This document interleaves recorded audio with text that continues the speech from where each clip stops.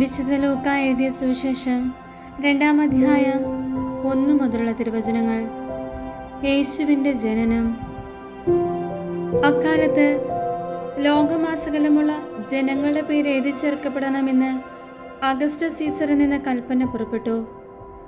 ക്വിരിനിയോസ് സിറിയയിൽ ദേശാധിപതിയായിരിക്കുമ്പോൾ ആദ്യത്തെ ഈ പേരെഴുത്ത് നടന്നു. പേരെഴുതിക്കാനായി ഓരോരുത്തരും താന്താങ്ങളുടെ നഗരത്തിലേക്ക് പോയി.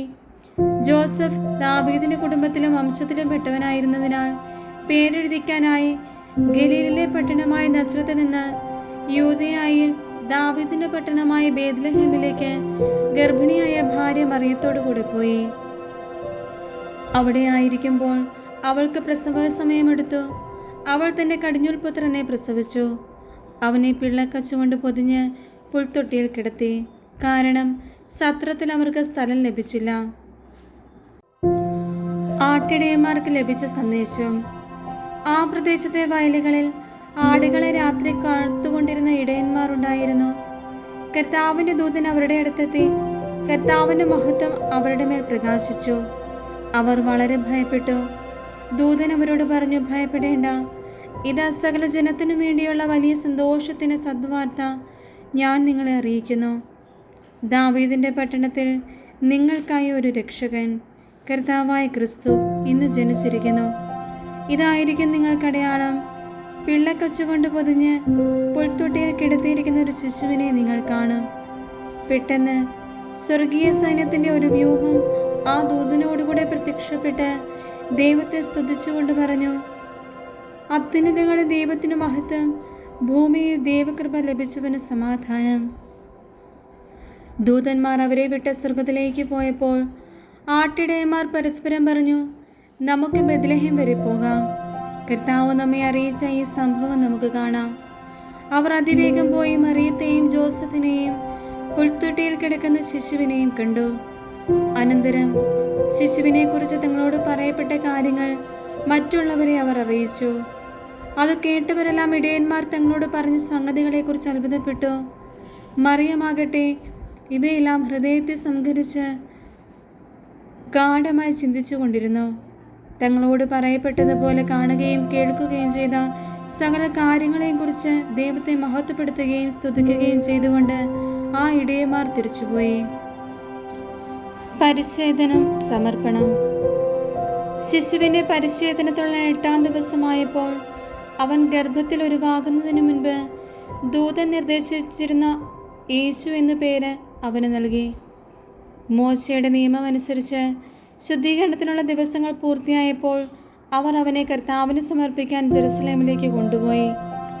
കടിഞ്ഞൂൽ പുത്രന്മാരൊക്കെയും കർത്താവിൻ്റെ പരിശുദ്ധനെന്ന് വിളിക്കപ്പെടണമെന്നും ഒരു ജോഡി ചെങ്ങാലികളെയോ 2 പ്രാവിൻ കുഞ്ഞുങ്ങളെയോ ബലിയർപ്പിക്കണമെന്നും കർത്താവിൻ്റെ നിയമത്തിൽ പറഞ്ഞത് അനുസരിച്ചാണ് അവർ അങ്ങനെ ചെയ്തത്. ശിമയോനും അന്നായും. ജെറുസലേമിൽ ശിമയോൻ എന്നൊരുവൻ ജീവിച്ചിരുന്നു. അവൻ നീതിമാനും ദൈവഭക്തനും ഇസ്രായേലിൻ്റെ ആശ്വാസം പ്രതീക്ഷിച്ചവനുമായിരുന്നു. പരിശുദ്ധാത്മാവ് അവൻ്റെ മേലുണ്ടായിരുന്നു. കർത്താവിൻ്റെ അഭിഷിക്തനെ കാണുന്നതുവരെ മരിക്കുകയില്ല എന്ന് പരിശുദ്ധാത്മാവ് അവനെ വെളിപ്പെടുത്തിയിരുന്നു. പരിശുദ്ധാത്മാവിൻ്റെ പ്രേരണയാൽ അവൻ ദേവാലയത്തിലേക്ക് വന്നു. നിയമപ്രകാരമുള്ള അനുഷ്ഠാനങ്ങൾക്കായി ശിശുവായ യേശുവിനെ മാതാപിതാക്കന്മാർ ദേവാലയത്തിൽ കൊണ്ടുചെന്നു. ശിമയോൻ ശിശുവിനെ കയ്യിലെടുത്ത് ദൈവത്തെ സ്തുതിച്ചുകൊണ്ട് പറഞ്ഞു, കർത്താവേ, അവിടുത്തെ വാഗ്ദാനം അനുസരിച്ച് ഇപ്പോൾ ഈ ദാസനെ സമാധാനത്തിൽ വിട്ടയക്കണമേ. എന്തെന്നാൽ സകല ജനതകൾക്ക് വേണ്ടി അങ്ങ് ഒരുക്കിയിരിക്കുന്ന രക്ഷ എൻ്റെ കണ്ണുകൾ കണ്ടു കഴിഞ്ഞു. അത് വിജാതിയർക്ക് വെളിപാടിൻ്റെ പ്രകാശവും അവിടുത്തെ ജനമായ ഇസ്രായേലിൻ്റെ മഹിമയുമാണ്. അവനെക്കുറിച്ച് പറയപ്പെട്ടതെല്ലാം കേട്ട് അവൻ്റെ പിതാവും മാതാവും അത്ഭുതപ്പെട്ടു. ശിമയോൻ അവരെ അനുഗ്രഹിച്ചുകൊണ്ട് അവൻ്റെ അമ്മയായ മറിയത്തോട് പറഞ്ഞു, ഇവൻ ഇസ്രായേലിൽ പലരുടെയും വീഴ്ചയ്ക്കും ഉയർച്ചയ്ക്കും കാരണമാകും. ഇവൻ വിവാദ വിഷയമായ അടയാളവുമായിരിക്കും. അങ്ങനെ അനേകരുടെ ഹൃദയവിചാരങ്ങൾ വെളിപ്പെടും. നിന്റെ ഹൃദയത്തിലൂടെ ഒരു വാൾ തുളച്ചു കയറുകയും ചെയ്യും. ഫനുവേലിൻ്റെ പുത്രിയും ആശേർ വംശജയുമായ അന്ന എന്നൊരു പ്രവാചക അവിടെ ഉണ്ടായിരുന്നു. ഇവൾ കന്യകാപ്രായം മുതൽ 7 വർഷം ഭർത്താവിനോടൊത്ത് ജീവിച്ചു. 84 വയസ്സായ ഈ വിധവ ദേവാലയം വിട്ടു പോകാതെ രാപകൽ ദൈവത്തെ സ്തുതിച്ചുകൊണ്ട് ഉപവാസത്തിലും പ്രാർത്ഥനയിലും കഴിയുകയായിരുന്നു. അവൾ അപ്പോൾ തന്നെ മുൻപോട്ട് വന്ന് ദൈവത്തെ സ്തുതിക്കുകയും ജെറുസലേമിൽ രക്ഷ പ്രതീക്ഷിച്ചു കൊണ്ടിരുന്ന എല്ലാവരോടും ശിശുവിനെക്കുറിച്ച് സംസാരിക്കുകയും ചെയ്തു. കർത്താവിൻ്റെ നിയമപ്രകാരം എല്ലാം നിവർത്തിച്ച ശേഷം അവർ സ്വനഗരമായ ഗലീലയിലെ നസറത്തിലേക്ക് മടങ്ങി. ശിശു വളർന്നു, ജ്ഞാനം നിറഞ്ഞ ശക്തനായി. ദൈവത്തിൻ്റെ കൃപ അവൻ്റെ മേലുണ്ടായിരുന്നു. ബാലനായ യേശു ദേവാലയത്തിൽ. യേശുവിൻ്റെ മാതാപിതാക്കന്മാർ ആണ്ടുതോറും പെസഹ തിരുനാളിന് ജെറുസലേമിൽ പോയിരുന്നു. അവന് 12 വയസ്സായപ്പോൾ പതിവനുസരിച്ച് അവർ തിരുനാളിന് പോയി. തിരുനാൾ കഴിഞ്ഞവർ മടങ്ങിപ്പോന്നു. എന്നാൽ ബാലനായ യേശു ജെറുസലേമിൽ തങ്ങി. മാതാപിതാക്കന്മാർ അതറിഞ്ഞില്ല.